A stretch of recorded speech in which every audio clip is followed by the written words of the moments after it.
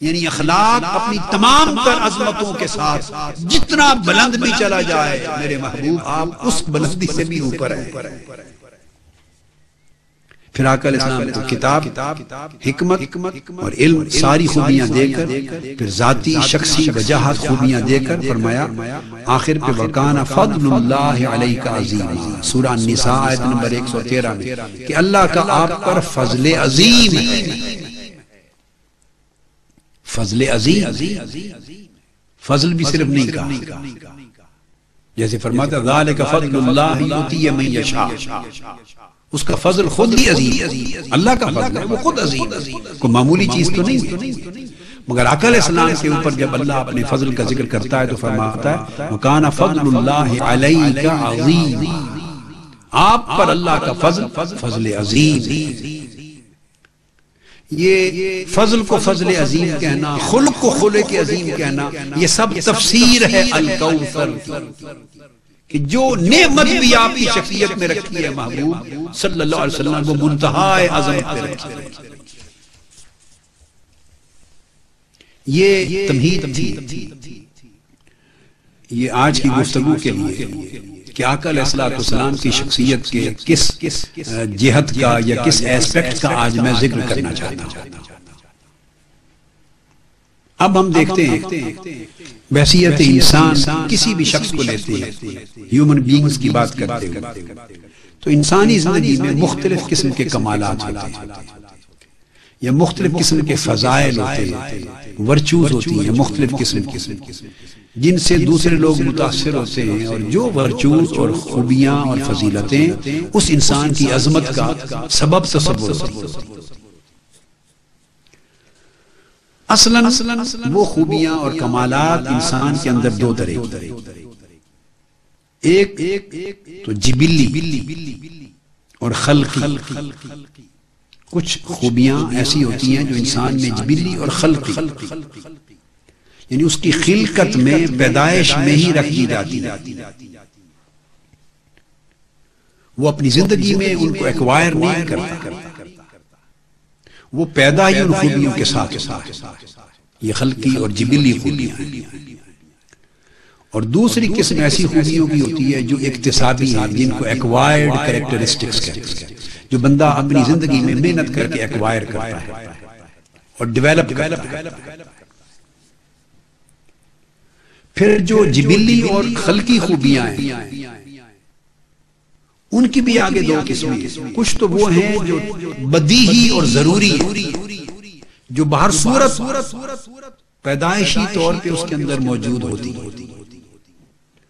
اور کچھ خوبیاں جبلی نوعیت کی ایسی ہوتی ہیں جو الہاقی اور اضافی ہوتی ہیں کہ وہ اپنی زندگی میں ان جبلی خوبیوں کو فردر ڈیولپ کرتا ہے ایفرٹس کے ساتھ، یعنی بیسک کریکٹرسٹک یا بیسک کوالٹی، بیسک ایبیلٹی اس کی موجود تھی،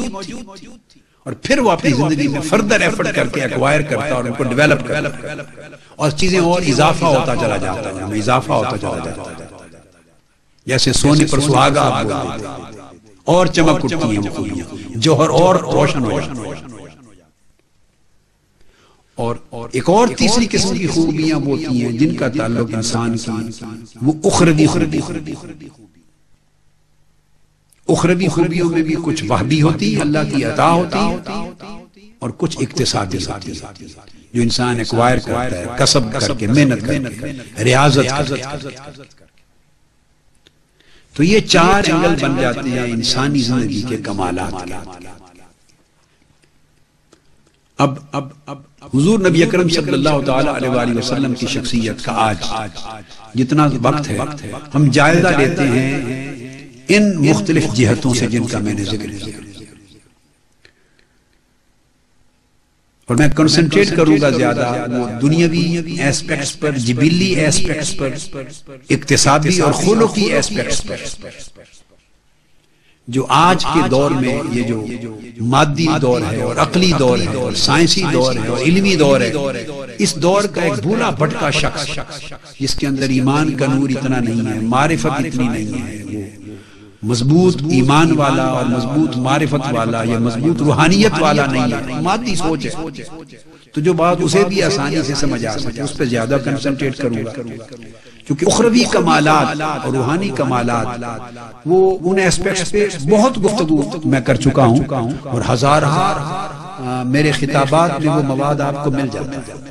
کوئی ٹائم بچا تو اس پر روشنی تھوڑی سی ڈال دوں گا، نہیں تو میں زیادہ کنسنٹریٹ کروں گا، ایمفسائز کروں گا ان ایسپیکٹس پر جو بحیثیت انسان آقا علیہ السلام کی شخصیت کو پوری کائنات کی ازل سے ابد تک سب سے بلند کر دیتا ہے اور بے مثل بنا دیتا ہے۔ یعنی روحانی مرتبے میں تو کوئی کیا مثل ہوگا آقا علیہ السلام کا، وہ تو پاسبل ہی نہیں۔ دنیاوی اعتبار سے، خلقی اعتبار سے، جبلی اعتبار سے، انسانی اعتبار سے،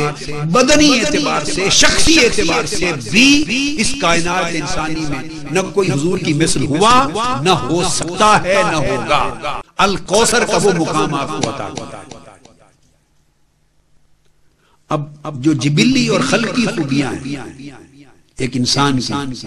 تو میں انہیں تھوڑا ایکسپلین کر دوں کہ مثلا ابھی تک میں نے ڈیفائن کیا، ان کی کیٹیگریز بیان کی، اب یہ واضح کر دوں کہ مثلا وہ کیا ہے۔ اس کی خلقت، اس کی خوبصورتی ہے، اس کی صورت اور اس کا حسن و جمال آ جاتا ہے، اس کی قوت عقل آ جاتی ہے۔ اب آپ دیکھتے ہیں کچھ لوگ پیدائشی طور پہ بڑے عقل مند ذہین ہوتے ہیں اور کچھ بڑے کند ذہن ہوتے ہیں، یہ جینیٹک پرابلم چلتے ہیں۔ اسی طرح صحت فہم ہے انسان کا، سوچ کے اندر ایک صحت ہونا، صحیح ہو۔ پھر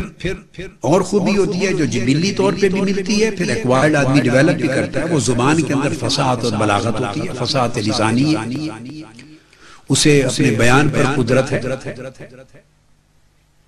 اب یہاں میں آپ کو صرف سمجھانے کے لیے کہہ رہا ہوں، میں تو کوئی فصاحت رکھنے والا آدمی نہیں ہوں، نہ میں صاحب فصاحت ہوں، نہ صاحب بلاغت ہوں، نہ صاحب لسان ہوں، میں تو ایک ناکارہ سا ایک عام آدمی ہوں۔ مگر جن لوگوں کو یہ خیال ہو چلو میری گفتگو کے حوالے سے اسے کوئی غلط یا صحیح جیسے بھی سمجھیں، اپنی عقیدت اور محبت میں فصاحت کی طرف منسوب کریں یا زبان کے کسی خوبی کا تذکرہ کریں، میں آپ کو بتاتا ہوں کہ کس طرح یہ چیز جبلی ہوتی ہے اور کس طرح یہ اکتسابی ہوتی ہے۔ آپ کو شاید یہ بات معلوم نہیں ہوگی، تو میں یہ محسوس کرتا ہوں، یہ میرے علم میں ہے کہ اقتصادی تو اللہ بہتر جانتا ہے کہ اس میں میری ایفرٹس کو کتنا دخل ہے، مگر بنیادی طور پہ یہ جبلی اور خلقی ہے، یہ جینیٹک ہے، یہ میں نے اپنے والد گرامی سے اس کی اصل خوبی وہاں سے پائی۔ اب آپ میں سے اکثر لوگوں نے چونکہ زیارت نہیں کی میرے والد گرامی فرید الملت حضرت قبلہ ڈاکٹر فرید الدین قادری رحمۃ اللہ تعالی علیہ، آپ کو شرف نہیں ملا ان کی زیارت کا، تو آپ اس کو اندازہ نہیں کر سکتے۔ تو مجھے معلوم ہے، میں ان کا بیٹا ہوں، ان کا شاگرد ہوں، میں ان سے پڑھا ہوں پوری عمر، تو مجھے معلوم ہے کہ وہ فصاحت ان کے بیان میں اور بلاغت ان کے بیان میں اور فصل الخطاب ان کے بیان میں کتنا تھا، اور نقطہ سنجی کتنی تھی، استنباط کی صلاحیت کتنی تھی، استخراج کتنا تھا، اور دلائل کا انتباط کتنا تھا، اور قوت کتنی تھی، اور اس کی کلیئرٹی تھاٹ میں کتنی تھی، اور پھر مطالعہ کی گہرائی، وہ تو پھر یہ سب چیزیں میں جانتا ہوں یا جنہوں نے ان کو سنا وہ جانتے ہیں۔ اور میں نے زندگی میں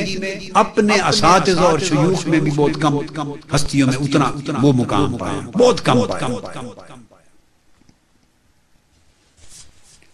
میرے اساتذہ میں ایک غزالی زمانت علامہ سید احمد سعید شاہ صاحب کاظمی رحمۃ اللہ تعالی علیہ،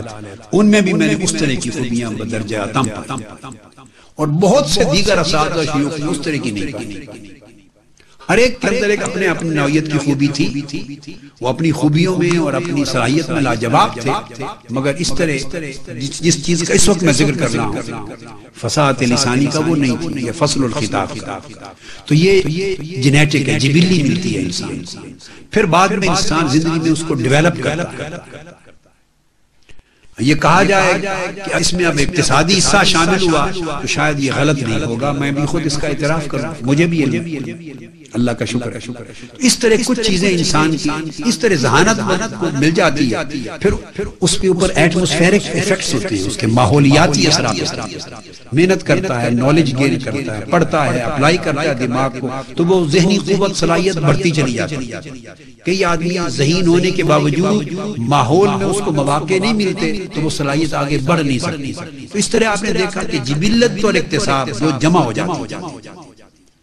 اس کی بنیادی خلقی خوبیاں اور اس کی اکتسابی ایکوائرڈ خوبیاں دونوں جوائن کر جائیں تو پھر اس کو سونے پر سہاگا کہتے ہیں۔ اس طرح پھر شخصیت کے اندر اعتدال ہوتا ہے۔ یہ میں اب پھر پلٹ کے آ گیا اسی بات کی طرف کہ انسانی جو